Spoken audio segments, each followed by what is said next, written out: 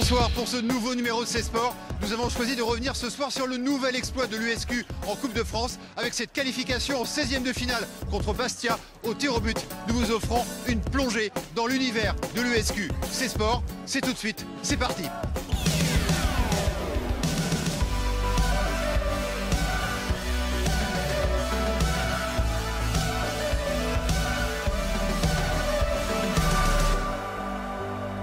Ce soir, on parlera aussi du nouveau défi des hockeyeurs rouennais. Les Dragons disputaient cet après-midi à Marseille la finale de la Coupe de France face à Amiens, avec pour ambition de remporter un 5e trophée.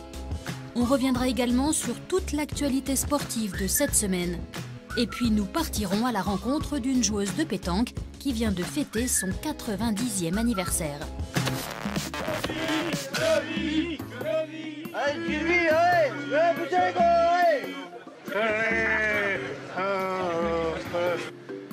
Il faut se lever tôt pour obtenir le précieux sésame. 3 jours avant la rencontre, on s'arrache les billets. L'USQ, populaire, à jamais.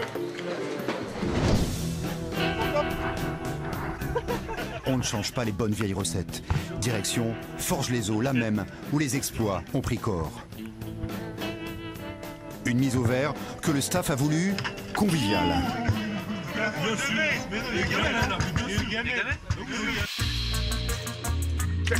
Voilà. Séance mini-golf à quelques mètres du casino. Et pour le coup, aucun risque de blessure. Dis-moi, t'as bien fait de faire footballeur finalement. Faut croire que oui. Un parcours que les anciens connaissent par cœur. Ils ne sont plus que 4 de l'épopée 2012, dont Fred Weiss et Joris Collinet. C'est pas pareil, c'est une autre génération, c'est un autre groupe quoi, donc c'est différent. Je suis concentré. Des anciens qui ont quelques privilèges avec cette échappée au spa. Et toujours, ces souvenirs qui remontent à la surface. Ah, moi, ce qui me reste, c'est surtout Boulogne. De réparation, le centre, au deuxième poteau. Et le 3e but. Moi c'est le but d'Anthony Lop contre Rennes.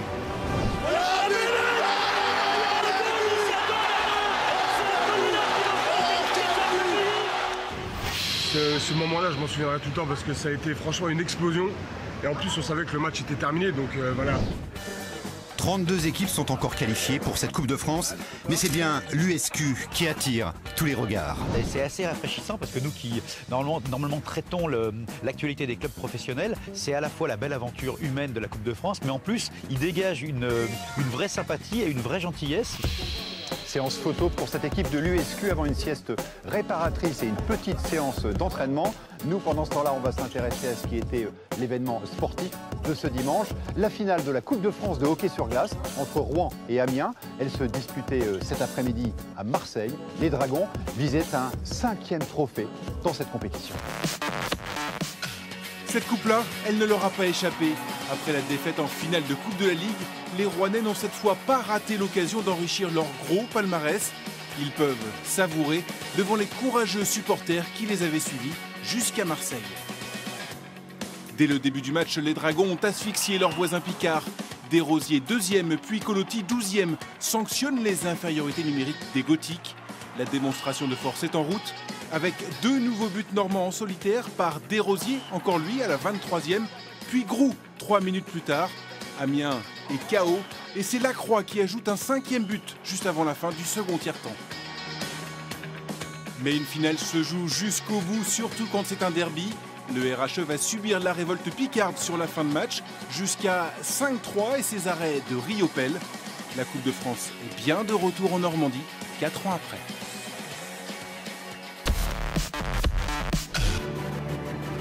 Retour avec les footballeurs de Quevilly à la veille de leur 16e de finale de Coupe de France. Direction Neuchâtel-en-Bray à 18 km de Forges pour une dernière séance d'entraînement. Les passes vers l'avant. Continue. Plus haut. Au tour précédent, ce groupe a sorti Orléans, équipe de Ligue 2. Mais ces Canaries ont-ils vraiment l'étoffe de leurs prédécesseurs? J'ai pas envie de rentrer dans le jeu des comparaisons. C'est une équipe qui n'est pas en pleine maturité encore comme elle pouvait l'être en 2012. Je pense qu'elle a du potentiel, elle a des capacités à faire de très belles choses. Mais ce qui est important, c'est que ces joueurs-là ont envie d'écrire leur propre histoire. Les Bastiais ont la tête des mauvais jours. Il faut dire qu'ils ont débarqué dans cet hôtel rouennais 5 heures seulement avant le match. Il faut se qualifier. C'est notre mission.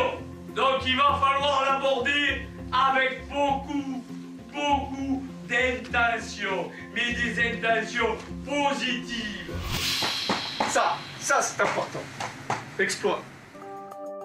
Dans le camp d'en face, le discours est tout autre. On y parle plaisir et accomplissement du rêve. Ne laisse jamais quelqu'un te dire que tu ne peux pas faire quelque chose. Même pas moi.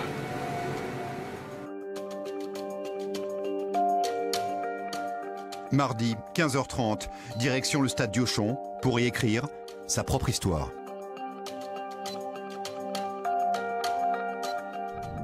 On sait que le club il a déjà fait plusieurs parcours en Coupe de France, donc on va faire le nôtre aussi. On va dire que la température va monter dès qu'on va être sur le stade et puis on va avoir un peu de public, mais pour l'instant on est calme.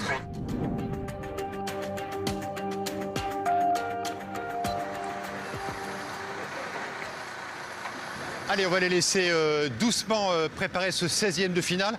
Et nous, en attendant, on va passer en vue tout ce qui a fait l'actualité sportive de cette semaine. Renaud Lavillenie aime décidément le Kind Arena. Pour sa 3e participation au Perche Elite Tour de Rouen, le recordman du monde a franchi hier soir une barre à 6 mètres. Un an, tout juste après ses 6 mètres 04 dans cette même salle. Le perchiste clermontois a ensuite échoué à 3 reprises à 6 mètres 10. Voilà, c'est le début de la saison, 3e compétition, c'est déjà très haut, donc c'est vraiment de bon augure. Chez les femmes, la grecque Nicoleta Kyriakopoulou signe le record du meeting en effaçant 4,67 m. En Pro A de basket, les 4 dernières minutes ont été fatales pour le Havre qui s'est incliné hier soir sur le parquet de Strasbourg, 63-54. Défaite aussi du SPO Rouen, c'était vendredi. Le promu corrigé par Pau Orthez, 83-55. Au classement, Rouen est 13e, le STB 8e. Et en Pro B, Évreux a conclu la première moitié de son championnat en battant Aix-Maurienne 77-65. L'ALM est 9e. En hockey sur glace, les Dragons de Rouen jouaient en Ligue Magnus vendredi. Succès 3-2 dans les prolongations contre Chamonix. Au classement, le RHE est 3e.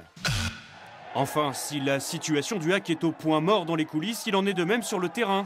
Vendredi, les Ciels et Marines ont concédé le match nul 1 partout à domicile contre Niort. Les Havrais, toujours englués dans le ventre mou du classement de Ligue 2, à la 11e place. Retour à notre fil rouge, à ce 16e de finale de Coupe de France entre Quevilly et Bastia. Pour Greg Beaugrard, l'emblématique Quevillais, chaque retour à Diochon est un pur bonheur. Un enthousiasme que ne semble pas partager le Bastiais Djibril Cissé. L'ancien international français sera titulaire dans une équipe composée essentiellement de remplaçants. Nous sommes des professionnels, à nous de faire en sorte de faire un bon match et de nous qualifier. Après, bon, si Quevilly a réussi à nous éliminer, ben, c'est qu'on n'aura pas fait le travail. Tous les ballons, tous.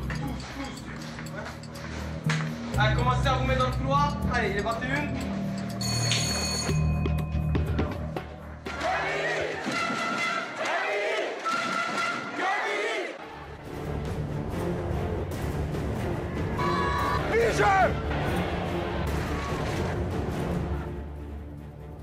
C'est une Ligue 1, on s'attendait à un match compliqué, difficile. Et ben c'est compliqué, c'est difficile. Et alors, il est où le problème?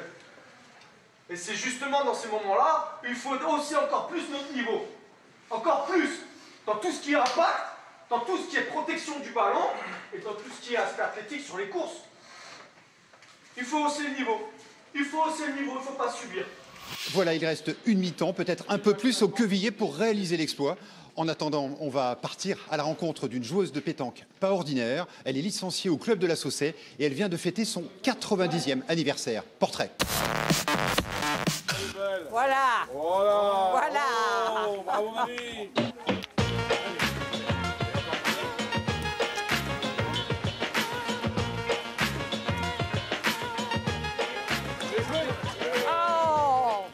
faut l'avouer, l'après-midi commence mal.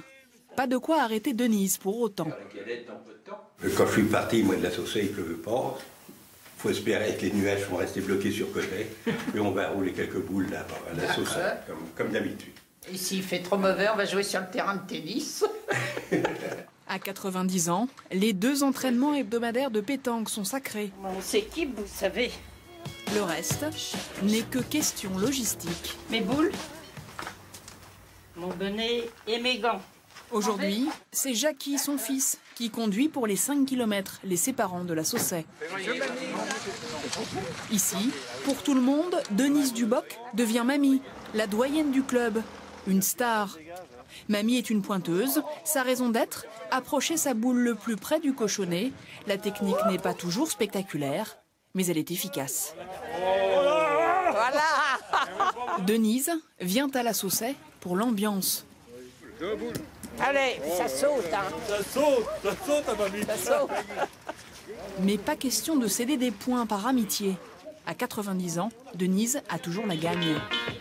Allez là-haut. Oh là, les courtes. Les morts. Le résultat est implacable. Mamie l'emporte sur son fils 15-3. Le triomphe est modeste. On prend des Fanny aussi, hein. Ça arrive. Ça arrive, vous savez. On ne gagne pas à tous les coups, hein. Mais ça a une saveur particulière quand c'est contre son fils, non? Ah bah oui, bien sûr, hein. On n'y fait pas de cadeau. Le cadeau, finalement, c'est Denise qui le reçoit. Joyeux anniversaire pour mamie Pipi. Pipi. Ses amis du club et ses fils ont organisé un anniversaire surprise pour ses 90 ans. Moi, j'étais très émue, hein.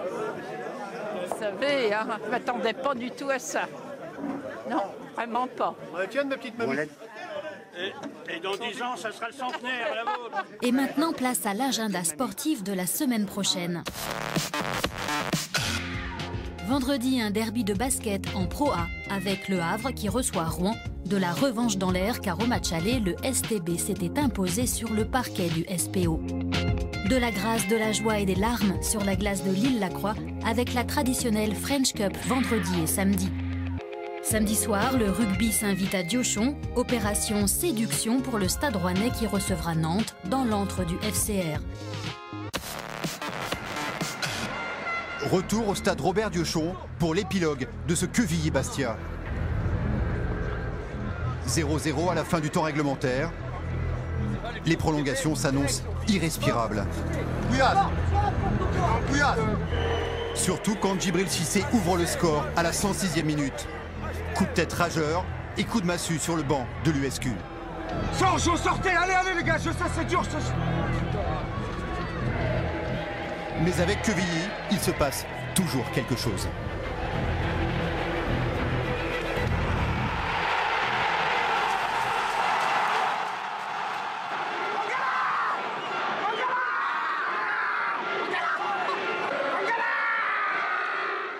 La suite se passe de commentaires.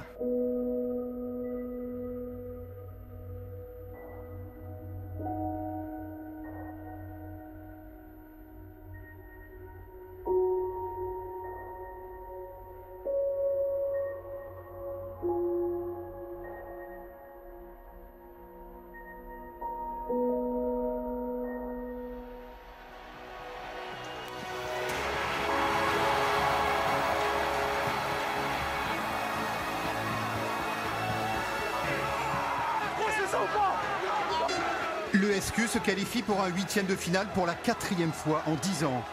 À Quevilly, l'histoire est décidément un éternel recommencement.